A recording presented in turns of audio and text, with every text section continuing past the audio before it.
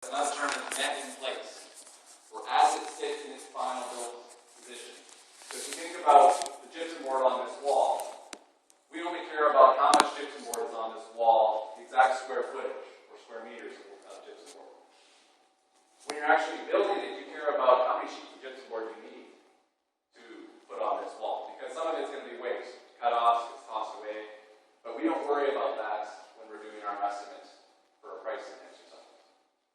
We don't care what the amount of gypsum board or the number of tiles that are required. We just care about how much is going to be actually installed, what quantity is going to be actually installed. Each measurement shall be taken in the nearest 10 millimeters or 1 inch.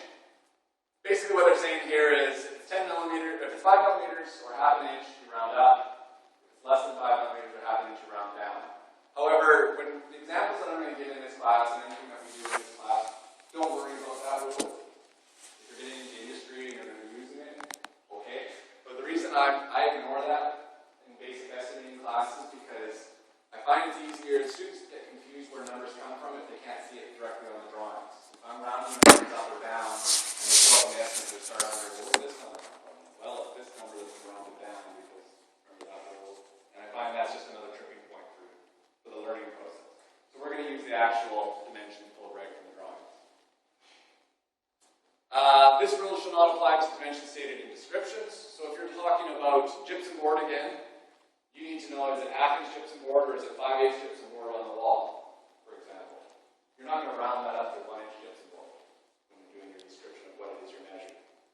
Okay, so that's what it means by the rule not applying to descriptions. Where an item by its nature requires laps, tons, grooves, etc., shall be stated in the description.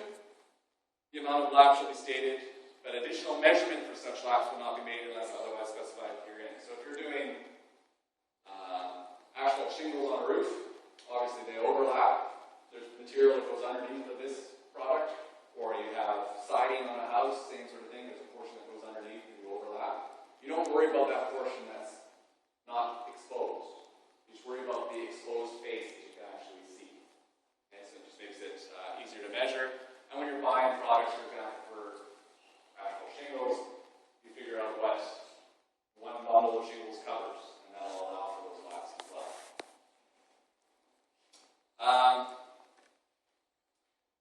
Depending upon the type of work, measurements will be cubic, square, lineal, enumerated, or by weight. What does that mean? We measure cubic, which is volume, square, which is the area, lineal, which is length, enumerated, which is counting pieces, or by weight. So cubic, an example of cubic, or by volume would be concrete. We measure that by volume of concrete, cubic meters or cubic yards. Square, so area of trial finishing of a slab, or area of gypsum board on the wall, or area of tile on the floor, area of paint. Lineal, so length, so we've got base board that goes around the building, that could be by length, or a sill plate on a wall, framed wall, we need to know the length of it. The length of a drain pipe, that's the foundation. Enumerated or counted, number of doors of specific size and type, number of windows of specific size and type, number of bundles of shingles is another one I could do. Or by weight, basically that's metal items. Structural steel, we measure by weight. Rebar, we measure by weight. But first you have to figure out the length, and then you can convert it to weight by multiplying that length by its mass of that steel. Okay? So for example, a structural beam, a wide flange beam, W360 by 33. W360 is the nominal depth of the member. W indicates the shape of it, which is like an eye. And the by 33 is the, it would be, if that was an imperial drawing, imperial size, yes. But in metric, it's kilograms per meter. So it depends on what you're doing, metric or imperial. But you're right, it's weight per unit of length. So that's, once we know the total length of that beam that we need, multiplied by its mass, 33 kilograms per meter, we have the weight of that beam.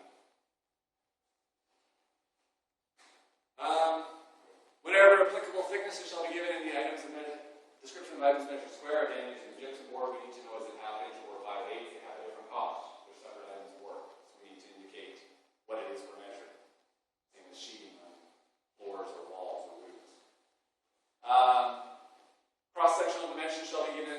of items measured lineal.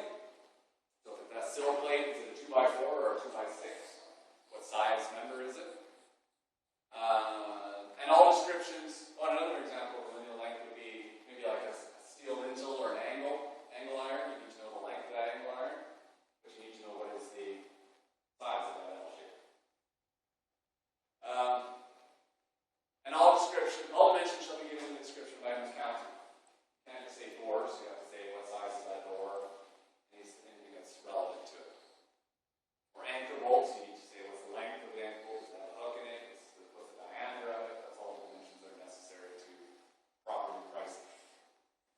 Cross-sectional dimensions of weighted metal items shall be given. So same thing, steel, we talked about, we need to know the size of that steel member, or the size of that rebar, 10, 50, 25, what size is it. Where minimum deductions of voids are dealt with in this document, they shall refer only to openings which are within the boundaries of measured areas. Openings which are at the boundaries of measured areas shall always be subject to deduction irrespective of size. So, what does that mean? We have two types of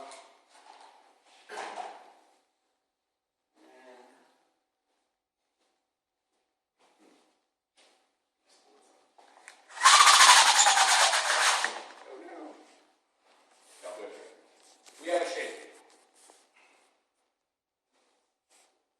Whatever that shape may be. So floor slab in a tower. And within that shape of the tower we have an elevator shaft. Hole through the slab where the elevator can come up and down. This hole in the slab is completely surrounded by concrete.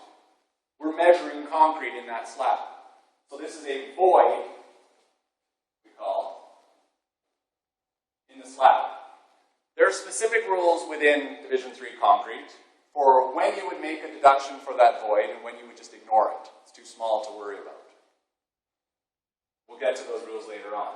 So if this void is big enough, we'll deduct it. If it's too small, we disregard it, we ignore it. So even if it's tiny little openings like this, multiple of them, if each one of those is less than the below the threshold, we ignore them all when we're measuring the volume of concrete. However, at the edges of the boundaries, we have there, and we have here. Here we call it a recess. Here we have a re-entrant corner. Re-entrant corner. And here we have a recess. Both of these we refer to as wants. I want to go home. No, a want is a deduction at the edges of the boundary of what it is you're measuring. And we always deduct those. Doesn't matter how big or small they are, we always make that deduction. Even if it's a tiny little recess in the corner like that, we always deduct it. Okay? So that's what it means by that number 3 there, talking about minimum deductions. And we'll go through those specific rules, but we don't need to at this time. Quantity shall always be measured to nearest whole units. And whole unit does not necessarily mean a whole number. Whole unit refers to at what unit do we measure to for buying and selling or for the pricing side of things. So concrete would be rounded to the nearest tenth of a cubic meter, or to 1 decimal place for cubic yards. So 1 decimal place. Earthworks, being cheap, will be measured to the roundest nearest cubic meter or cubic yard. Formwork nearest half. So we'll go through these rules later on. I don't expect you to write them down now, but the whole unit is what we round to, nearest kilogram for steel. Descriptions, so we have to describe what it is we're measuring. We've identified it, we can describe it and measure it. And within the descriptions, when we're stating dimensions, if you see 3 numbers together, generally standard is length by width by height or depth. Okay, that's the industry standard. Where that sequence is not appropriate or where ambiguity can arise, the dimensions shall be specifically identified. So then you would say whatever the number is width by whatever the number is height by whatever the number is length. Right? It's not in the standard sequence. You would identify what it is.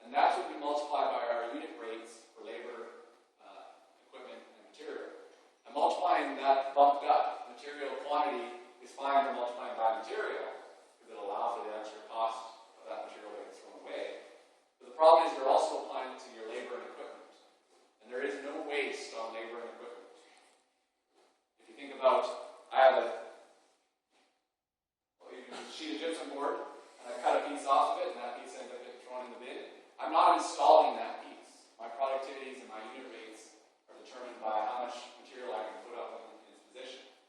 That's going in the bin. It's not going on the wall. So you don't want to include waste on your labor. It affects you. There's people who say, well, there's waste on labor. So guys standing around smoking a cigarette and supposed to be working. That's not waste. That is poor management of those trades. Right? It's a coordination issue. It's a productivity issue. Management issue.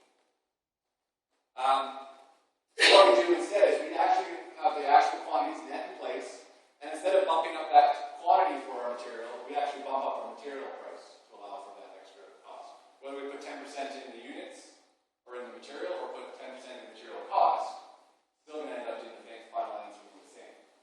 And being that material goes up and down as a commodity, it makes more sense to put it in there as well.